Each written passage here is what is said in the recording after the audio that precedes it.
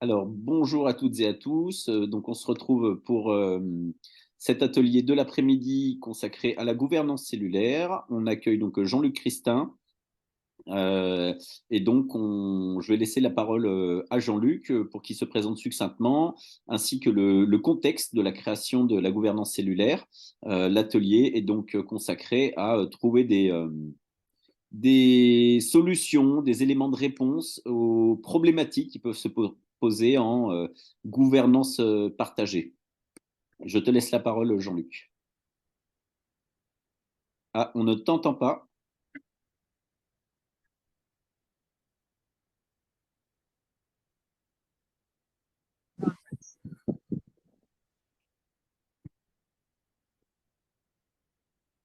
Hop, c'est mieux comme ça? C'est parfait. La parole Ah, est à toi. Voilà. ça commençait bien. Euh, donc, j'ai pas entendu tout ce que tu as dit parce que j'ai eu un souci de connexion. Aucun problème. Ok, donc Jean-Luc Christin, moi je fais de l'accompagnement. J'ai monté une structure en 2009. Ce qui m'a amené à ça, c'est la violence que je voyais dans le milieu de l'entreprise et le besoin de réfléchir à comment fonctionner autrement. En gros, j'ai eu deux périodes. Une période autour de l'ouverture du cœur, de l'authenticité. Je m'étais formé entre autres à l'élément humain qui apporte beaucoup ça. C'était quelque chose qui manquait dans les années 2005-2010 et donc ça apportait beaucoup aux gens. Puis c'était limité. Je voyais bien qu'à la fin, ça faisait quand même pas bouger grand-chose. C'est un moment où je rencontre la gouvernance partagée avec l'Université du Nou. Et eux, ils me disent, ah non, mais alors nous, les affects, on s'en fout, on se parle de rôle à rôle, les rôles n'ont pas d'affect, donc tout est résolu. Je trouvais que c'était assez incroyable et génial. J'aime bien les 180 comme ça. Et donc, je me suis formé. Je suis même allé travailler pendant 2 ans et demi à temps partiel dans un cabinet qui fonctionnait en pure holacratie. J'ai vu ce qui ne me convenait pas. Et à un moment donné, j'avais des clients qui me disaient, mais qu'est-ce qu'on peut lire sur ce que vous nous apportez? Il n'y avait rien. Donc, j'ai fini par écrire gouvernance cellulaire. Alors, j'entendais que tu disais, je ne sais pas trop ce que c'est. C'est bien que tu n'appelles pas ça un modèle. En fait, c'est une base de données, d'outils qui permettent à une équipe de construire leur propre gouvernance. C'est totalement sans idéologie de départ. Bien sûr, il y a mes préférences qui doivent transparaître ou celles du collectif qui s'en occupe maintenant. Mais donc, c'est une démarche, gouvernance cellulaire, qui permet au collectif qui travaillent ensemble de chercher comment fonctionner le mieux possible ensemble en ayant des outils à disposition, quoi. Super. Voilà, impec. Impec. Et ben, ce que je te propose, c'est juste que je partage mon écran pour qu'on retrouve lors de l'enregistrement pour que les personnes puissent voir un peu le, le klaxon. Donc voilà, je suis en train de partager mon écran. Donc on est bien sur le klaxon. Donc tu viens de te présenter l'intention, un peu le contexte de la création de la gouvernance cellulaire. Là, on voulait vous proposer, donc avec Jean-Luc, un travail en sous-groupe, puisqu'on est en atelier, donc c'est principalement vous qui allez participer. On voulait vous faire travailler et découvrir la gouvernance cellulaire et les problématiques qu'amènent, et on en a discuté ce matin, un peu des gouvernances partagées, que c'est pas l'alpha et l'oméga de l'accompagnement et de l'horizontalité, mais que ça pose certaines questions, et on peut être notamment critique par rapport aux gouvernances partagées. Est-ce que tu voulais leur faire télécharger le document, Jean-Luc, ou Pas tout pas? de suite, pas tout de suite après, mais juste, je peux redire l'intention, tu l'as déjà dite, mais c'est Vas-y, vas-y. pédagogique de la dire deux fois. Ce qu'on a eu envie de faire, c'est de vous apprendre plutôt à vous servir de gouvernance cellulaire plutôt que de vous apprendre ce que c'est que gouvernance cellulaire, vu que c'est une base de données. Et voilà, donc on va passer un petit temps à collecter avec vous les problématiques de la gouvernance partagée que vous imaginez ou que vous avez rencontrées. Et puis on travaillera dessus. On partira de gouvernance cellulaire et on regarde ce que ça donne. Voilà. Donc c'est la première fois qu'on fait cet atelier. Je suis très curieux de voir ce que ça va donner. Le retour d'expérience qu'on a, ça fait 4 ans maintenant que ça tourne sur gouvernance cellulaire, c'est que c'est plus adapté à des coachs qui plongent vraiment dans la gouvernance partagée et qui accompagnent des équipes grâce à ça, plutôt qu'à ce que ça visait au départ, qui était directement équiper les gens qui travaillent quelque part pour qu'ils puissent aller creuser un point et puis répondre. Ça fonctionne très très peu. Il y a un ou deux personnages connus qui le font, mais de cette section. Peut-être rappeler que tous les outils, tout ce que vous avez développé, c'est en libre. Oui, complètement. C'est même en open source, c'est-à-dire que vous pouvez participer à son développement. D'accord, très bien. Alors, ce que je vais faire, c'est que je vais donc repartager mon écran pour vous donner la première étape, donc qui est donc une question qu'on souhaite vous poser et qui a émergé déjà ce matin, qui était, donc là, je vais vous mettre en sous-groupe par 3 ou 4 et vous laisser quelques minutes pour phosphorer sur une difficulté ou quelle difficulté en gouvernance partagée, quel que soit le modèle ou quelles que soient les formes de gouvernance, vécues donc de votre expérience ou imaginée, vous pouvez rencontrer, vous avez été amené à rencontrer, vous imaginez que ça peut se poser, quel que soit le modèle, et de les classer par ordre de priorité selon vous. Je vous inviterai donc pendant ce temps en sous-groupe à venir poser sur le klaxon commun des post-it et on partira de ces éléments-là pour travailler ensuite ensemble. Si ça vous convient, merci de me faire à l'écran un petit signe ou de me mettre un pouce dans les réactions. Un pouce comme ça. Est-ce que c'est OK pour vous? Ah, ou à l'écran? Super. Et donc, je vais sans plus attendre vous lancer en sous-groupe dans des salles de discussion. Donc là, les participants ont travaillé en sous-groupe pour imaginer des situations concrètes ou phosphorer ensemble sur des situations vécues, d'écueil de la gouvernance partagée, ou plutôt des gouvernances partagées. Et voici nos participants. Re-bienvenue à vous. Alors, je vais. Merci beaucoup d'avoir phosphoré, avoir partagé l'ensemble de vos contributions. Je vais maintenant partager l'écran pour qu'on puisse faire une lecture rapide de ce que les autres, de ce que l'autre groupe, puisque vous êtes 4 par groupe, avait mis. Donc la question qui était quelles sont là ou les difficultés vécues dans la mise en place de gouvernance partagée. Donc il y a comment intégrer toutes les personnes, les places, les rôles. Une difficulté, ça serait que penser que tout le monde va décider de tout. Une problématique, ça serait comment continuer une gouvernance partagée quand la structure grossit. Comment prendre en compte les dominations structurelles dans la gouvernance partagée pour que ça ne se retourne pas contre les dominés. Un besoin d'être formé ou accompagné. Le besoin de savoir réguler les tensions. Par exemple, quand le collectif se repose sur l'affect, quand il y a trop de règles. La nécessité pour chacun, chacune d'être dans une démarche de changement et de responsabilité. Une difficulté qui pourrait être le fait que trop de règles conduit à un nouvel arrivant ou une nouvelle arrivante à craindre de mal faire et donc de s'inhiber, peut-être de ne pas oser. Une difficulté liée aux égos. Par exemple, quand une personne a une vision forte de ce que devrait être l'organisation du groupe et qui tente de convaincre les autres ou de les dominer. Le socle de la culture commune, le vocabulaire, les postures, etc. Donc, effectivement, une difficulté pour fonctionner en gouvernance partagée, c'est que tout le monde adhère en tout cas à ce qui est mis en place ensemble. Et pour finir, la difficulté d'expliquer le bénéfice de passer en gouvernance partagée, même si les gens sont en souffrance.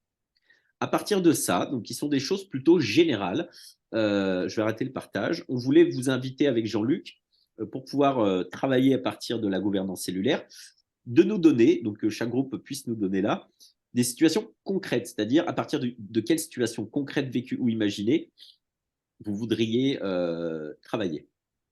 Je te laisse la parole, Jean-Luc. Ouais.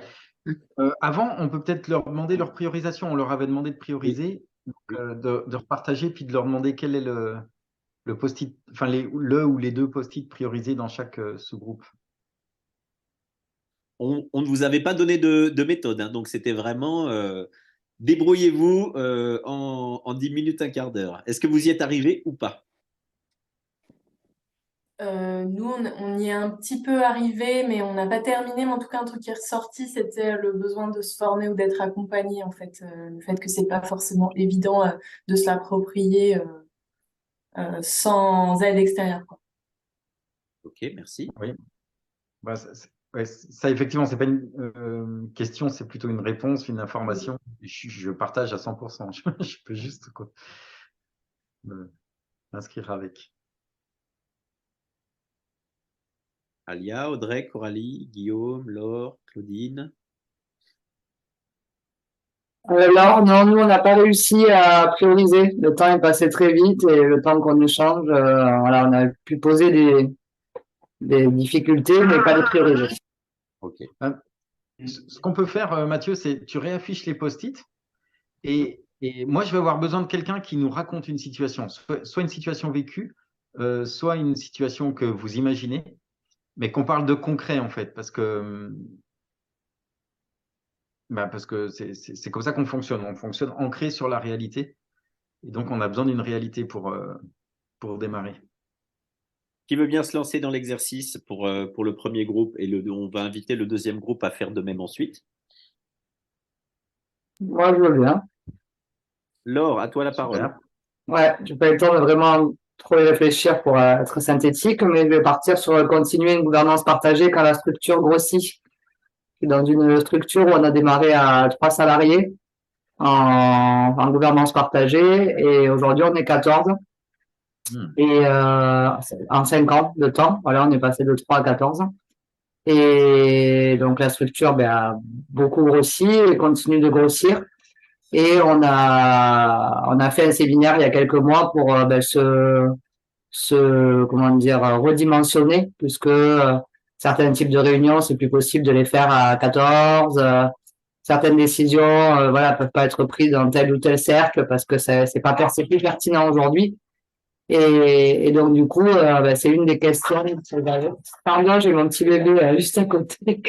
Et donc, une des questions, c'est comment faire, en fait, quand la structure grossit et que les personnes sont quand même formées et ont l'habitude d'utiliser les outils de la gouvernance partagée. Comment faire pour prendre soin, on va dire, du nous et faire que ça fonctionne. Alors, est-ce que Eh tu ben, aurais une difficulté concrète? Quelle difficulté concrète ça amène ce changement ce Les changement difficultés concrètes que ça amène. Ah, pardon, c'est à moi la question ou c'est pour d'autres? Ouais. Oui, c'est pour toi. Les difficultés concrètes que ça amène, c'est qu'il va y avoir il y a maintenant donc des nouveaux cercles avec des nouveaux rôles. On est en plein dans cette restructuration. Et donc, on s'interroge beaucoup pour savoir dans quel ou quel cercle les décisions vont être prises. Mais si on se réunit plus sur, par exemple, une réunion de triage à 14, mais qu'on n'est plus que 4, est-ce que les autres vont bien avoir l'information? J'ai plusieurs exemples, donc je sais pas s'il faut continuer à dérouler, mais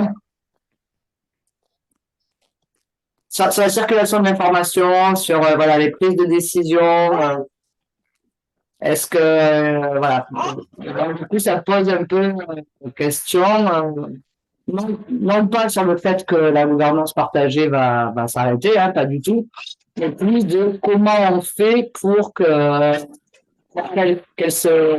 continue aussi sainement qu'elle a été jusqu'à présent. Maman parle, regarde. Comment on fait pour faire en sorte que mieux d'arrêter. c'est trop bien, Laure, là, vraiment, ça correspond bien. Moi, ce que j'imagine en t'écoutant, toi, tu faisais partie des premiers et des premières? Oui, d'accord. Donc, ce que j'imagine, c'est que quand vous étiez trois, eh ben, vous arriviez à vous mettre d'accord sur à peu près tous les sujets et que maintenant, à 14, ben, des fois, ça prend des heures, ça lasse tout le monde, vous n'arrivez pas trop à décider, vous n'arrivez pas à converger ou à prendre une décision. Euh, voilà. Donc, vous prenez vos décisions collectives d'une manière structurée, j'ai cru comprendre. C'est du consentement? Non. Oui, c'est du consentement. Ok, d'accord. Donc, le consentement, c'est pas facile. Ça peut vite, ça peut vite prendre beaucoup de temps, même si c'est la méthode la plus rapide qu'on connaisse pour prendre des décisions ensemble. Donc là, je vais prendre la main et je vais choisir un des outils que propose Gouvernance Cellulaire pour réfléchir à ce sujet. Alors, il y en a plusieurs qui pourraient fonctionner. Tout à l'heure, l'idée, c'est que dans la deuxième passe, c'est vous qui regarderez, qui naviguerez un petit peu en sous-groupe pour essayer de choisir quel slide je prends. Et donc, là, il y en a plusieurs qui pourraient répondre. Moi, là, je vais partir sur la prise de décision, sur le processus de prise de décision, comment on prend notre décision, de façon à ce que ça fonctionne à 14. À 3, on arrivait à discuter jusqu'à ce qu'on se mette d'accord sur tout. À 14, on expérimente qu'on ne peut pas, que ça a besoin de bouger. C'est le bon moment pour changer, en fait. C'est-à-dire que c'est le moment, c'est pour ça qu'on appelle ça gestion par tension. C'est le moment où l'équipe, elle est en tension, parce que ça la saoule de ne pas avoir réussi à prendre des décisions, parce que ça la saoule d'avoir passé énormément de temps, qu'il y en a qui commencent à plus avoir envie de venir à certaines réunions, que ça vaut vraiment le coup de basculer. Alors, je partage mon écran. Normalement, on a préparé ça et ça fonctionne correctement. Vous voyez l'écran là?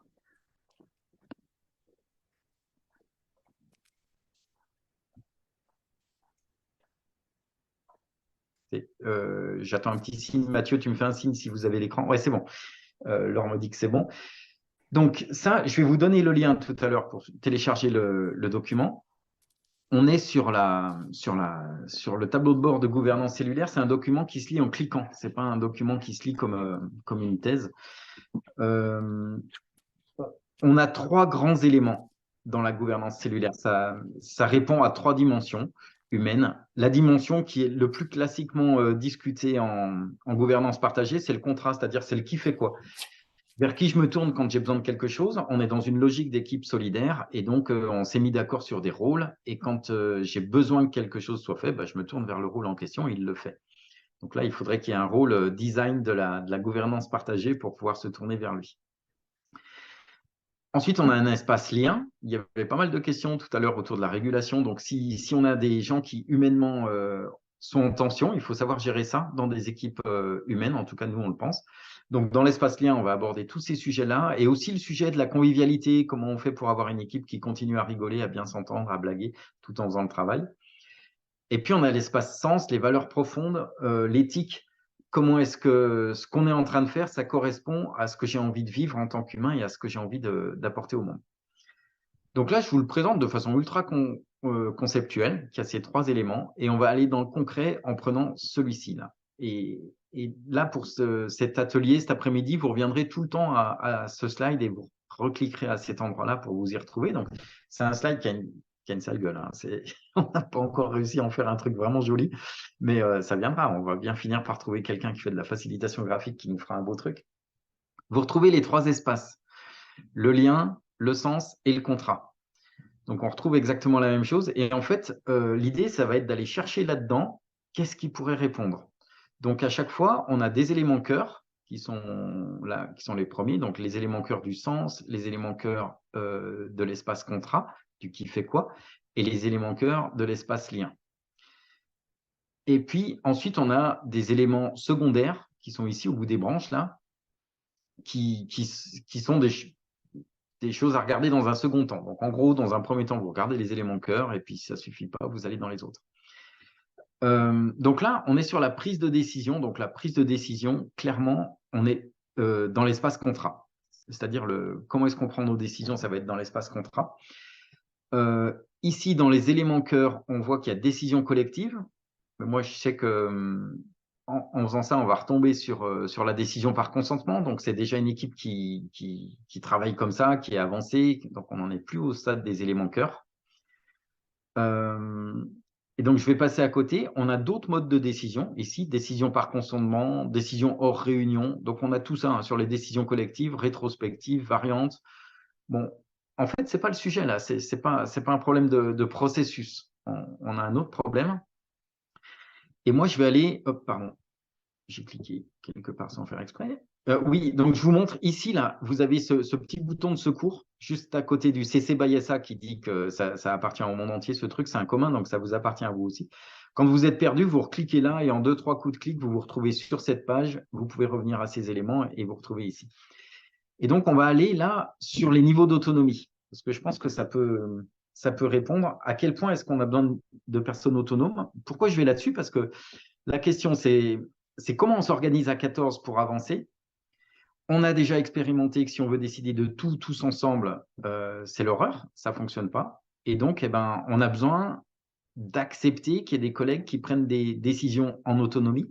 Et on a besoin de collègues qui aient le courage de prendre des décisions en autonomie pour que ça puisse avancer. Et la question, après, ça sera comment on fait de l'autonomie et du lien. Mais donc, voilà, je pars là-dessus, sur le slide autonomie. Alors, à chaque fois, vous avez, quand il y a un dessin, ça c'est un dessin, quand il y a un dessin, il y a le dessin et puis il y a l'explicatif derrière. C'est-à-dire que si vous cliquez sur le bouton magique, là, il vous emmène sur l'explicatif de ce qu'on vient de faire. Donc, je reviens là-dessus, hop, on repart sur niveau d'autonomie. Et là, moi, l'explicatif, je vais vous le faire à l'oral, évidemment. On a différents niveaux d'autonomie. Là, c'est classé de 1 à 9, puis il y a le niveau cellulaire qui est en C. Selon qui fait la réflexion, qui réfléchit à la problématique, là, que Laure vient de nous apporter, qui va prendre la décision, qui fait l'action, et puis qui, derrière, perçoit, évalue si ça fonctionne ou s'il faut changer quelque chose. Donc, le système pyramidal hyper classique, c'est le niveau 1. C'est-à-dire qu'il y a un manager qui réfléchit à la situation, c'était Laure, hein, qui réfléchit à la situation, qui décide comment les choses soient faites, qui embauche un acteur qui est un ouvrier sur une chaîne de montage automobile, si on reste sur l'exemple de Taylor, et puis qui évalue à la sortie si le travail a bien été fait. Et on voit que notre culture du travail, elle est encore pas mal influencée par ça, avec les entretiens annuels de la performance, des choses comme ça qui sont faites par le manager dans des structures qui fonctionnent comme ça. Ça veut dire que l'évaluation, ça ne peut pas dépasser le niveau 3, là où c'est le manager qui évalue. Ensuite, on peut faire les choses ensemble. Donc, ensemble, c'est que le manager réfléchit avec la personne qui sera en charge de faire le job, il prend la décision, le gars fait le job ou la fille fait le job, et puis derrière, il évalue. Ensemble, ça peut être aussi toute l'équipe. Alors, ça dépend beaucoup des cultures, hein. Donc, si on est dans une culture où il y a un manager, c'est souvent le manager et l'acteur. Mais si on est dans une culture de collectif, le ensemble, ça veut dire tous ensemble. Donc là, Laure, j'ai compris que c'était plutôt cette deuxième définition de ensemble que, ouais, c'est ça que vous fonctionnez. Donc là, on va dériver et petit à petit, le ensemble va prendre de plus en plus de place. C'est-à-dire qu'au début, on réfléchit tous ensemble, on fait une sollicitation d'avis et puis il y en a un qui décide. Ensuite, on réfléchit tous ensemble, on décide tous ensemble. Éventuellement, à un moment donné, on fait même tous ensemble et puis on évalue ensemble si ça fonctionne. Donc là, on est dans le pouvoir au manager et ce qui est intéressant de voir, c'est quand on bascule ici, c'est la même logique. C'est-à-dire que c'est une logique de on garde le pouvoir. Ce n'est pas encore une logique de confiance où on se lâche, c'est une logique de on garde le pouvoir. Donc ici, au début, j'avais un autre terme, mais le collectif, il n'a pas accepté. C'était dictature du manager, dictature du groupe et dictature du rôle. Mais je vous le signale quand même pour dire que ce n'est pas spécialement positif quand on est dans ces niveaux-là. Et ça peut emmener des grosses crispations de l'ordre de c'est hors de question qu'on prenne cette décision parce que tout le groupe n'a pas validé qu'on allait avancer. Et donc, finalement, ça finit par bloquer tout le monde. Mais là, il faut voir qu'on est dans la même logique de contrôle du pouvoir, en fait. Et ensuite, on a la délégation au rôle. Donc, le rôle, c'est l'acteur. Et donc, si on délègue au rôle plus de pouvoir, petit à petit, ça peut être lui qui réfléchit, lui qui prend la décision, comment il fait, lui qui fait l'action, et puis on réfléchit ensemble, on regarde ensemble si ça a fonctionné. Et quand on est dans une logique de rôle complètement, on va avoir ça en holacratie, on va avoir ça dans certains calages, c'est le rôle ou l'acteur qui réfléchit, qui décide, qui fait le job et qui évalue si ça a fonctionné. Et là, on est dans le pouvoir au rôle, avec la même traduction que tout à l'heure, hein, dictature du rôle. C'est-à-dire que là, vous pouvez avoir comme dérive, écoute, j'ai ce pouvoir, je fais comme je veux, tu n'as rien à me dire, c'est nos règles. On s'est mis d'accord là-dessus. Donc, à chaque fois, il y a des points faibles. Et donc, l'idée de ce slide, c'est quoi? C'est d'amener à réfléchir le groupe sur, OK, on a vu qu'il n'y avait pas une solution nickel. Dans les 3 cas, il y a des biais. Nous, on est coincé où? Donc, Laure, j'ai l'impression que ce n'est même pas la peine de remettre ton micro, que ce que tu disais, c'est que vous étiez coincé par là dans du 5 où on veut tout décider ensemble, ou du 4-5, c'est-à-dire qu'on décide tous ensemble et on évalue ensemble si ça fonctionne et que ça prend énormément de temps. Tu me fais un petit pouce si c'est ça ou... Ouais, c'est ça. OK. Et donc, où est-ce qu'on a envie d'aller? Et là, la discussion, elle porte sur à quel point est-ce qu'on a envie de déléguer plus de choses. Alors vous, j'imagine que vous n'aurez pas trop envie de déléguer à un manager, mais ça peut être la solution, hein. Des équipes très pyramidales, elles vont dire à un moment donné, non, mais on préfère que ce soit le manager qui décide parce qu'on se noie là. Moi, j'ai vu ça, je l'ai vécu. Donc là, ça va être sûrement à quel point est-ce qu'on délègue à des acteurs des décisions. Et c'est hyper intéressant d'avoir cette conversation parce qu'il n'y a pas de bonne réponse.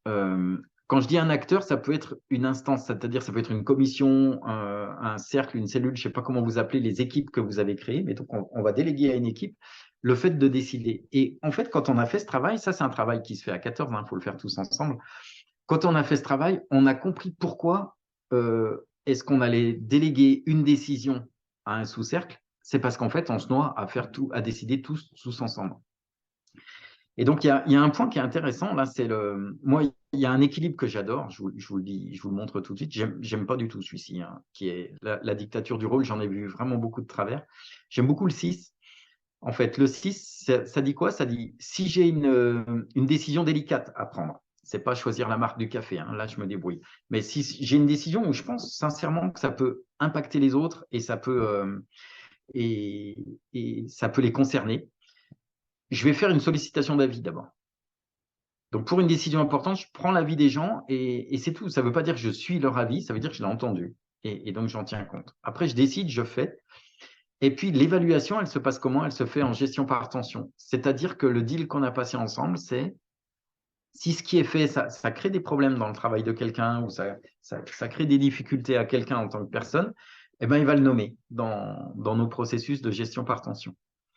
Donc moi, ça, c'est l'équilibre que je préfère. On se met d'accord sur du 6 quand on est sur des décisions qui sont difficiles. Et puis, on se met d'accord sur, en gros, du 8 quand ce n'est pas une décision difficile. C'est-à-dire que je choisis ma marque de café et s'il y en a un qui ne supporte pas ma marque de café, il est en tension et donc il viendra me le dire ici. Voilà pour le… Je te laisse la main, Mathieu, pour le… J'arrête peut-être le partage. Est-ce que je peux juste réagir?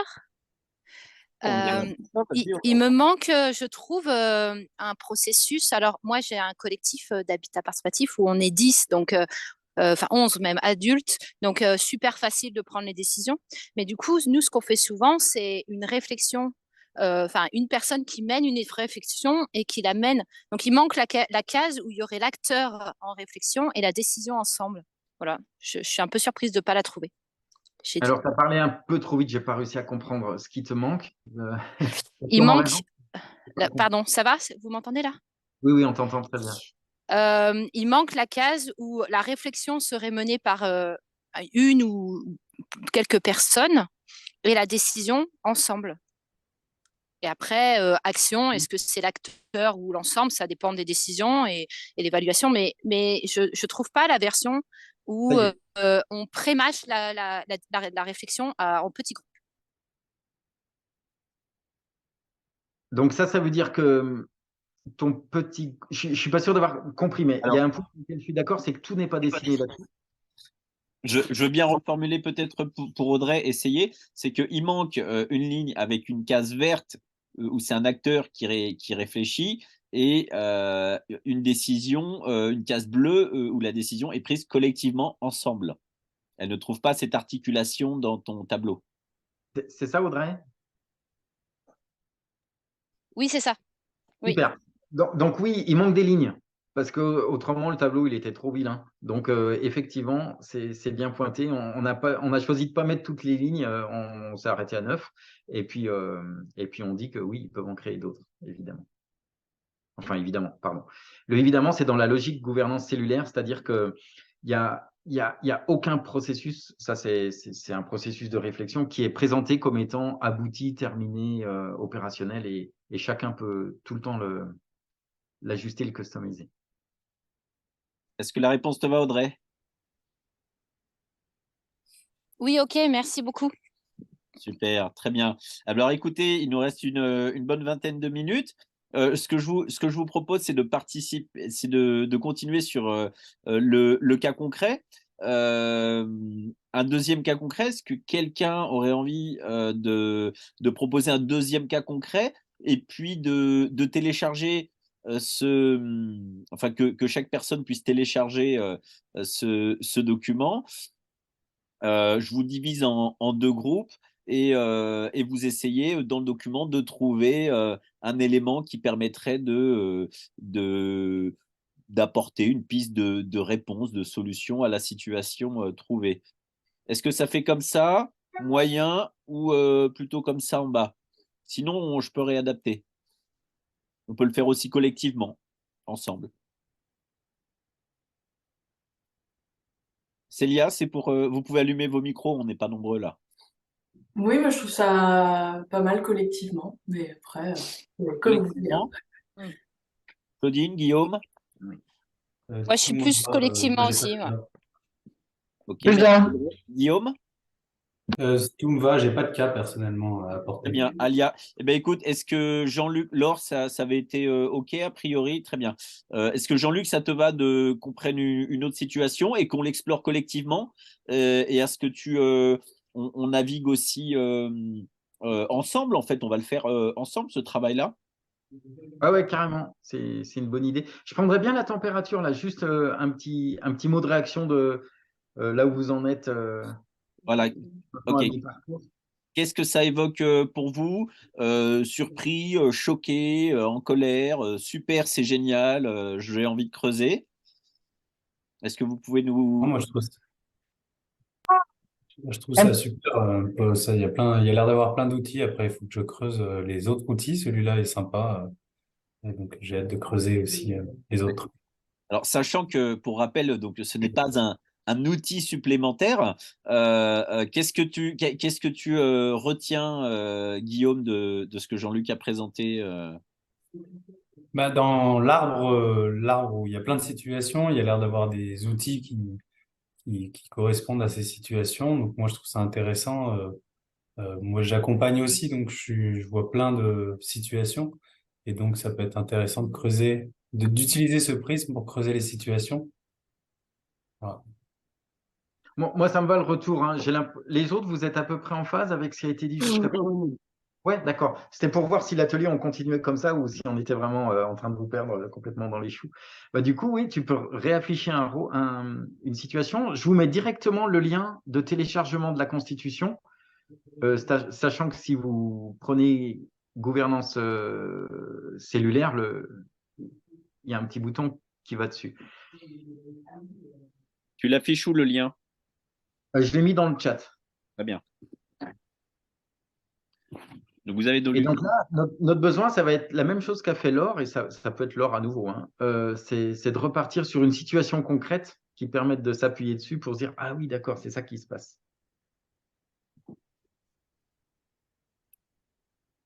On avait la culture commune, on avait l'arrivée de nouvelles personnes, on avait les égos, donc des questions de pouvoir. On avait la régulation des tensions, quand il y a trop d'affect ou quand il y a trop de règles. Comment chacun peut entamer une démarche personnelle de changement et de responsabilité. Est-ce que vous avez dans vos situations vécues, concrètes, ou imaginez de suite une situation sur laquelle on pourrait passer 10 minutes à travailler avec Jean-Luc à partir de la gouvernance cellulaire? La première qui sera dite sera la bonne, ne vous inquiétez pas.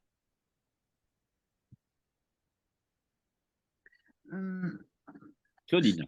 Oui, je veux bien. Je sais pas du tout si ça correspond. Mais donc, moi, je suis dans un groupe d'habitat participatif en projet. Et donc, la question aujourd'hui, dans les petites décisions qu'on a prises, qui ne sont pas énormes, on a fonctionné soit enfin, de façon très naturelle, soit par décision au consentement. Et par contre, quand on va devoir choisir si on prend un lieu, on visite un bien, voilà, et là, il faut qu'on se positionne de savoir si on va y habiter ou pas. Et on s'était dit qu'il faudrait peut-être fonctionner au consensus, mais on sait qu'il y a des groupes qui ont fait autrement. il y a des gens qui sont, on sait qu'il y a je pense à un groupe en particulier, où ils sont tous allés habiter dans un lieu et ils avaient dit que ils avaient fait un vote et même si, enfin, donc il y avait des personnes qui n'étaient pas OK pour aller dans ce lieu, mais qui finalement sont allées y habiter quand même. Et aujourd'hui, nous, on se demande si on est capable de faire ça. Enfin, on ne sait pas par quel bout prendre le truc, en fait. Voilà, je laisse.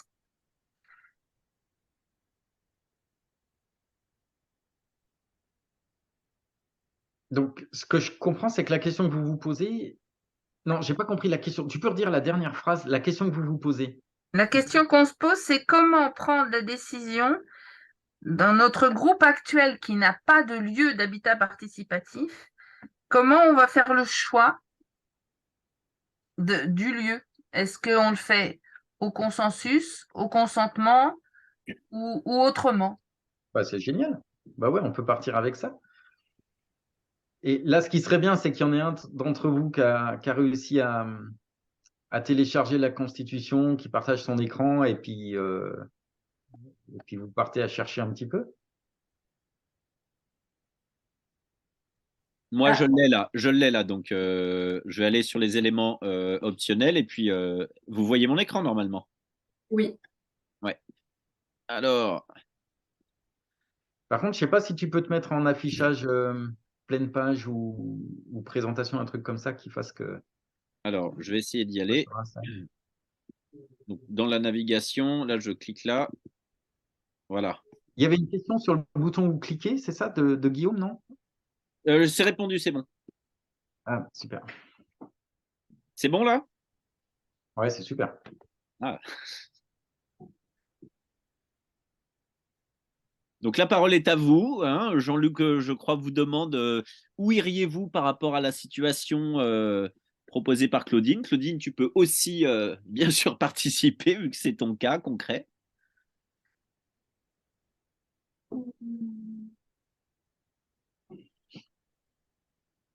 Donc, dans la décision collective, Mhm. Donc on retourne là pour vous. Ouais.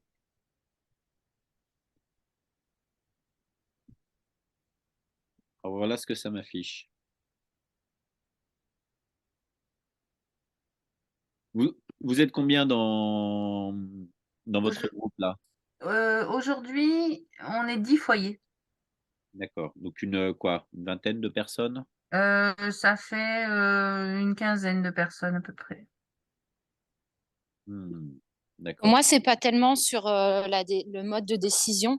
Pour Ouais. moi, c'est plutôt dans le contrat initial de savoir si la priorité est donnée au fait de rester en collectif ou d'accepter de se séparer en fait. Donc, je sais pas trop où est-ce qu'on pourrait trouver ça. Peut-être, je sais pas, philosophie Est-ce que ou le raison d'être. Hmm, On peut peut-être repartir exactement de la question de Claudine. ouais. Tu peux nous redire la question, Claudine? Alors, oui, donc en fait, merci de l'exercice parce qu'évidemment, je n'avais pas du tout anticipé, mais du coup, elle se clarifie Oui. de plus en plus parce que la question se pose de par quel mode de décision on va choisir tel ou tel lieu finalement. Est-ce que c'est consensus, vote, consentement, je sais pas. Bon, Et et on ne sait pas. Mais du coup, si je peux rebondir, ce que j'entends derrière, c'est pas le mode de prise de décision qui est important, c'est justement la priorité qu'on donne au fait d'être tous d'accord. Enfin, vous voyez la nuance? Pour moi, c'est est-ce que on choisit de chercher un lieu où on restera tous en groupe parce que notre priorité c'est de rester tous ensemble, ou est-ce que on va sur quelque chose, par exemple si c'est un vote à la majorité, ben, on accepte de perdre une partie du groupe. Pour moi, la discussion n'est pas tellement sur le mode de prise de décision, elle est sur est-ce qu'on donne une priorité au fait de rester tous ensemble. Donc là, ce qui est important, c'est de se centrer sur Claudine, en fait. C'est vraiment elle qui oriente sa question. Donc Claudine, il y a les deux options, soit ce que tu avais nommé, soit ce que vient de nommer Audrey, et tu te sers de ça pour choisir vers quoi tu as besoin qu'on travaille. Mais aujourd'hui, on n'a pas la réponse à cette question. On se dit qu'on aimerait bien rester ensemble, oui, mais c'est pas sûr. Donc on n'a pas tout à fait tranché. On s'est même dit que qu'on créerait peut-être 2 habitats frères, mais ça c'est une éventuelle option. On n'a pas tranché en fait. Et je vais te reposer la question parce que pour qu'on avance, vu qu'on est en atelier, est-ce que tu as envie qu'on travaille sur quel processus choisir pour prendre notre décision? Ou est-ce que tu as envie qu'on travaille sur comment on fait une fois qu'on a pris notre décision s'il y en a qui ne sont pas d'accord? La deuxième me paraît plus complexe, alors on pourrait peut-être la traiter pendant qu'on est ensemble, parce que ça me paraît plus complexe. Ok, donc la question, ça devient comment est-ce qu'on fait s'il y en a qui ne sont pas d'accord avec une décision qu'on a prise collectivement? C'est bien ce que tu nommais, Audrey? J'ai reformulé correctement? Pas tout à fait, mais je trouve ça intéressant. Oui, c'est une conséquence, on va dire. Ça va. Ok, je me permets, il y avait Laure qui voulait intervenir, il y avait une autre main levée de Alia aussi. Vu qu'elles n'ont pas encore pris la parole, je préfère leur donner la parole succinctement et puis qu'on traite ensemble avec Jean-Luc Leca derrière. Est-ce que Alia, tu voulais prendre la parole? Oui, pour dire aussi en tant qu'accompagnatrice de groupe, je suis tout à fait par rapport à la problématique de Claudine, je suis tout à fait d'accord avec Audrey. En fait, la question pour savoir par quelle méthode on va passer pour choisir, il faut savoir c'est quoi vos priorités dans les choix. Et c'est en fait, il faut inverser le truc. Et du coup, c'est là où le blocage. Comment on choisit, ça vient après. Quelle méthode? Voilà, c'était juste ça. Merci beaucoup. Jean-Luc, je te repasse la parole. Oui. Alors, j'avais masqué ma vidéo parce que j'ai un visage ultra expressif, je ne voulais pas influencer. Il nous reste combien de temps? Oh, bah, il reste tout l'après-midi si tu veux. Non, il reste 7 minutes officiellement, mais on peut prendre 5 de plus pour être à 16h10 en plénière si les personnes le désirent. Voilà. Donc là, ce qu'on peut faire, c'est prendre une minute ou deux pour vous regarder sur quoi vous iriez pour travailler sur ce sujet-là, comment on fait s'il y en a qui ne sont pas d'accord avec la décision prise. Et puis, au bout de 2 minutes, moi, je vous oriente sur une que je prendrai.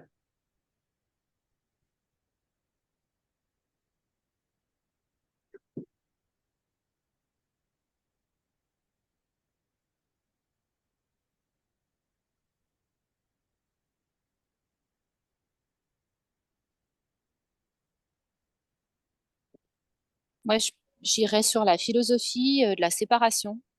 Je sais pas trop ce qu'il y a derrière, mais c'est ce qui me parle. Dans le lien, ouais, voilà, super. Ouais, aller sur l'acceptation de la séparation comme source de renouveau, enfin voilà, pour avancer. Voilà, je sais pas, c'est ça qui me parle, mais je sais pas trop ce qu'il y a derrière.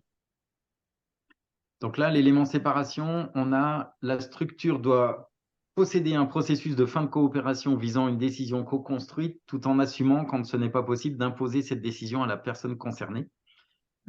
Par défaut, cette décision est prise en concordance. Et l'intention, c'est d'éviter les situations de blocage délétères tout en prenant soin autant que possible des humains.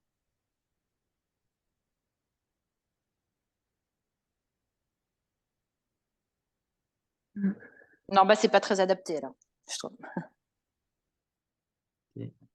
Moi, je serais peut-être allé parce que ça me paraissait intéressant de travailler sur les critères de choix du lieu collectivement. Je serais peut-être allé sur la raison d'être ou quelque chose comme ça pour définir qu'est-ce qu'on veut en fait collectivement de ce lieu. Et désolé, ma caméra ne marche plus. Pas de souci, tu étais dessus là.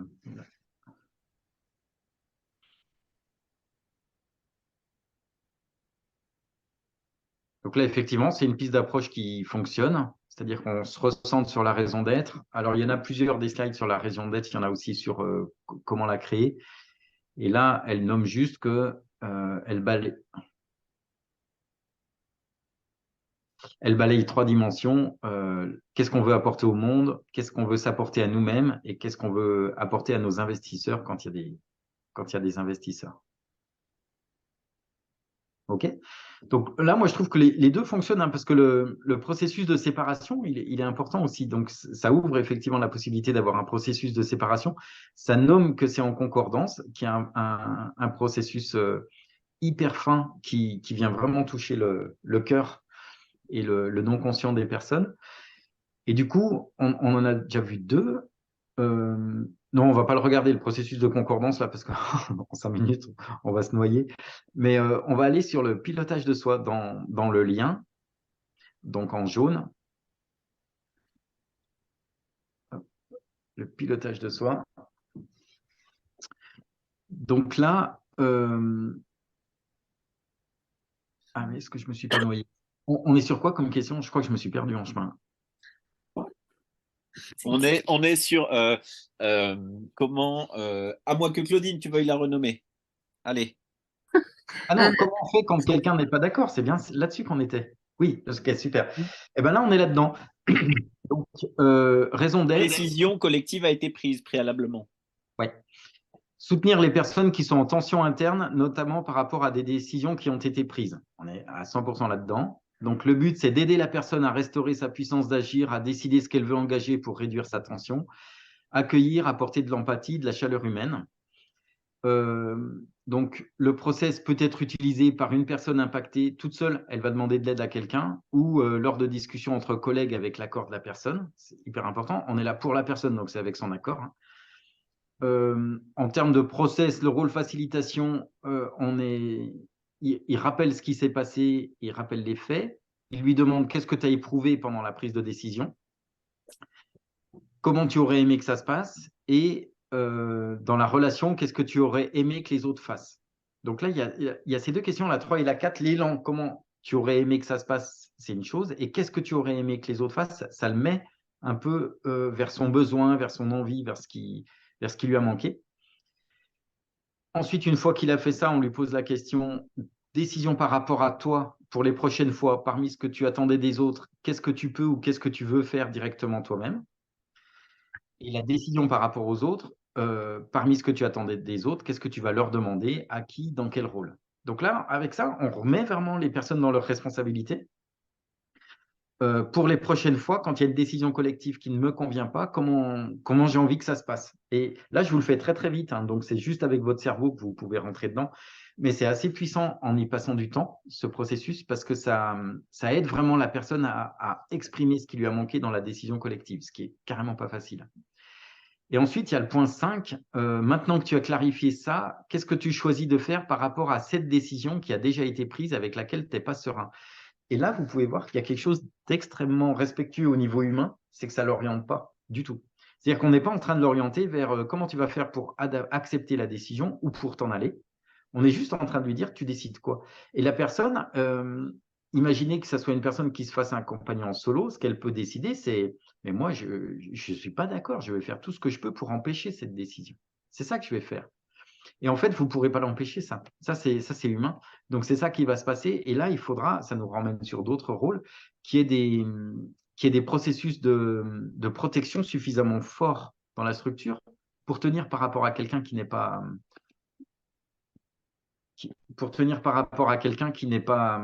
d'accord avec une décision qui a été prise, pour continuer à préserver le groupe. Je te laisse la main, Mathieu.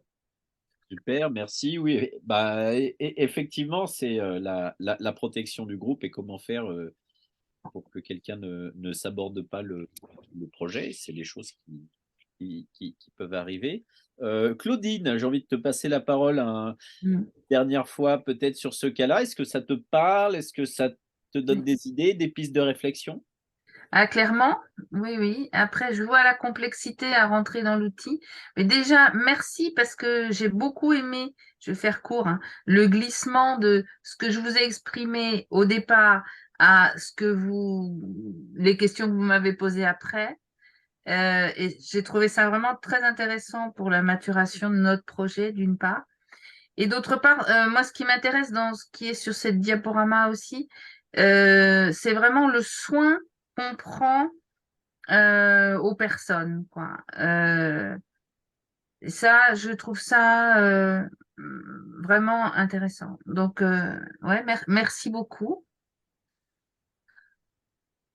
Bah, super, merci. Peut-être, je vais arrêter le partage. Je vais vous repartager en fait le klaxoon. Là, c'est l'horaire à laquelle on aurait dû finir. Donc, ce qu'on vient de faire, c'est d'étudier 2 cas, hein, voilà, on vient de faire le point 2, le point 3 qui était de chercher en sous-groupe un slide à utiliser et débrief les options possibles. C'est ce qu'on vient de faire collectivement, c'est la décision qu'on a prise. Et peut-être un temps de capitalisation pour finir et un temps de clôture, une prise de parole individuelle très courte ou la création d'un post-it sur le klaxoon. Quel élan cela vous donne? Voilà. Qu'est-ce que vous avez découvert pendant 1 heure? Qu'est-ce que vous avez appris? Et surtout, quels sont vos prochains pas ou quel élan ça vous donne? Voilà. Votre micro est ouvert. Prise de parole concise. Merci.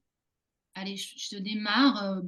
Moi, ça m'éveille de la curiosité, l'envie d'aller creuser un petit peu tout ce qui est donné, parce qu'effectivement, on a juste vu 2 exemples et on voit la richesse de ce qui est proposé. Voilà, donc ça me donne envie d'aller plus loin. Merci en tout cas. Et merci Jean-Luc pour ce que tu apportes au monde. Merci. Moi, je vais prendre la parole suite à Audrey parce que je partage vraiment ce qu'elle vient de dire. Donc, comme ça, je ne prends pas beaucoup de temps. Donc, c'est juste, voilà, curieuse d'aller piocher dedans pour voir comment ça se passe. Merci pour l'outil.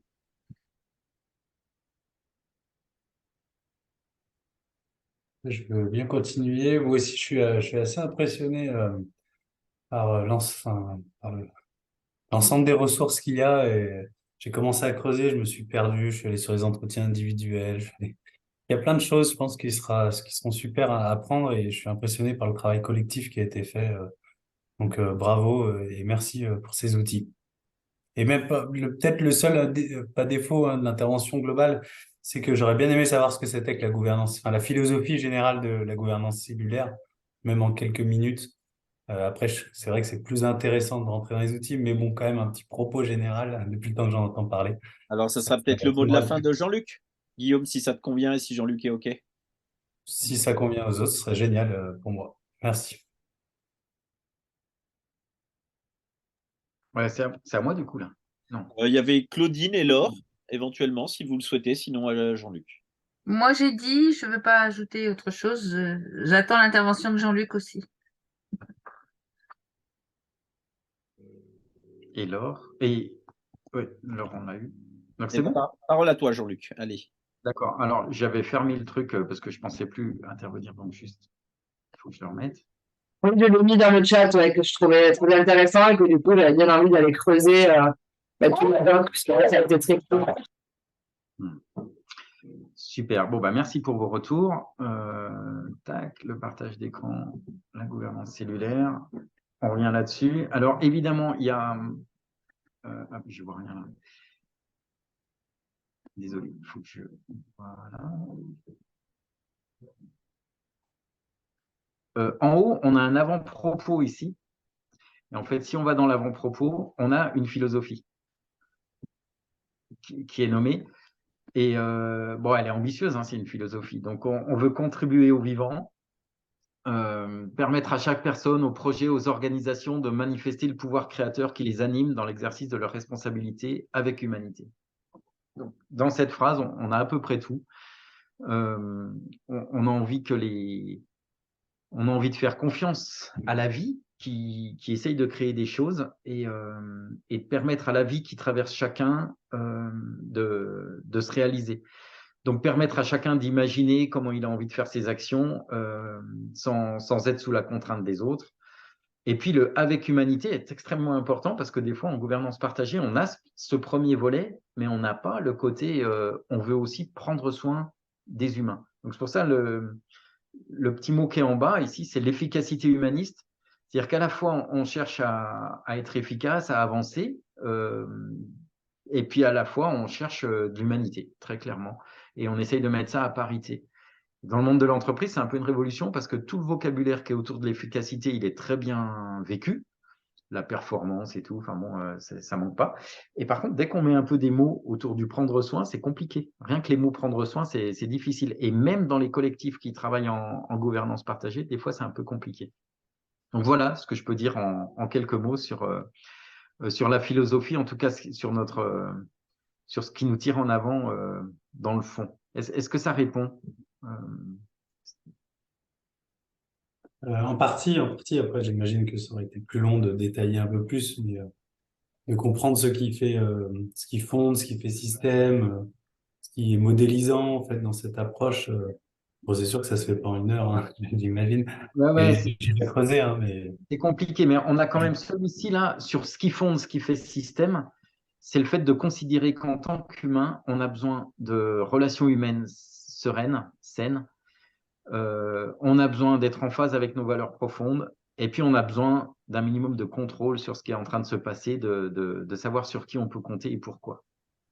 Donc là, on a vraiment le fondement. Ça vient de l'élément humain de William Schutz. On a vraiment le fondement auquel on essaye de répondre. Moi, je viens réagir. En fait, ce que je vois, enfin, voilà, la philosophie, tout ça, c'est assez global. Après, en fait, ce qu'on voit, c'est que dans les réponses que vous apportez, il y a des partis pris, et les partis pris viennent de, effectivement, quelles sont vos sources. Donc, j'entends l'élément humain. Moi, je regarde un peu, là, je vois un lien rôle-source. Donc, je vois un Peter Koenig derrière. Enfin, voilà, c'est intéressant peut-être de voir derrière un petit peu chaque chose décortiquée et puis peut-être s'approprier les différentes choses. Moi, je sais que personne source, c'est un truc que j'ai bien creusé et que je critique énormément. Donc après, voilà, il faut peut-être... finalement, je pense qu'en tant que facilitateur, ça, on se le fait tous dans notre tête, en fait. De se dire, tiens, j'ai un problème à cet endroit-là, comment je le contourne, comment j'apporte des solutions. Enfin, en tout cas, moi, avec les collectifs, je suis tout le temps là-dedans et du coup, il y a des trucs que je retrouve pas forcément, par exemple du Byron Katie ou des... Enfin, voilà, moi, j'ai du process work aussi. Enfin, et du coup, je me dis, j'aimerais bien me faire mon propre truc. Voilà. Ouais, mais ça me paraît une bonne idée. J'aurais plaisir à m'en servir quand il sera là. Et par contre, dans notre philosophie, il y a un truc qui est super important, c'est que nous, il n'y a pas du tout d'idéologie. C'est-à-dire qu'on n'est ni pour ni contre rien, en fait. On va laisser l'équipe découvrir. Et donc, tu parlais du rôle source en disant, bah, moi, je le critique énormément.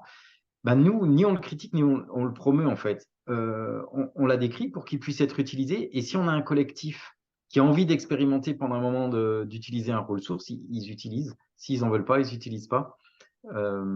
Voilà, ça c'est vraiment aussi dans notre philosophie. Donc pareil, on n'a rien contre le pyramidal et s'il y a une équipe qui a envie d'être plus pyramidale, il y a un curseur pyramidal qui permet de régler à quel point ils ont envie d'être pyramidal ou à quel point ils n'ont pas envie de l'être. Donc quand on dit qu'on arrive vraiment sans présupposer sur voilà comment vous devez vous organiser pour être heureux, c'est vraiment notre marque de fabrique, je pense. En tout cas, c'est comme ça qu'on a essayé de faire les choses et qu'on continue à les faire évoluer. Merci beaucoup Jean-Luc, merci Audrey, merci à Lia, merci Guillaume et les autres qui sont déjà partis. Je vais arrêter l'enregistrement maintenant et si vous le souhaitez, vous avez la possibilité de retourner sur le pas sur le klaxon, pardon, sur le Zoom plénière pour un petit temps de clôture globale. Voilà, en tout cas, merci beaucoup Jean-Luc, merci à vous pour votre participation. Et cette vidéo, donc, on la chargera sur YouTube avec l'ensemble des autres vidéos, donc vous pourrez à loisir partager ou revoir le contenu de cet échange. Merci beaucoup et à bientôt. Merci Jean-Luc. Merci beaucoup, merci à Mathieu et Jean-Luc et les autres. Au revoir. Au revoir.